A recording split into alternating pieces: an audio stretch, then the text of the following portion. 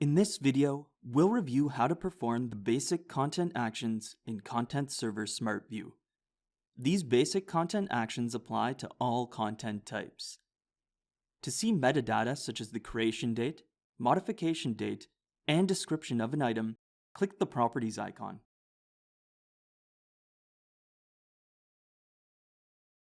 To change the name for an item, click the Rename icon.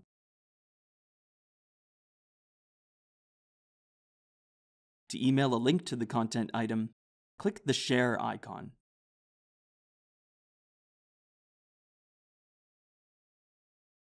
To create a copy of the item, click More, then click Copy. Select the target destination and click Copy.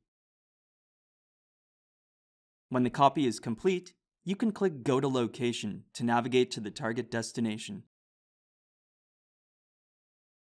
To move an item to a different location, click More, then click Move.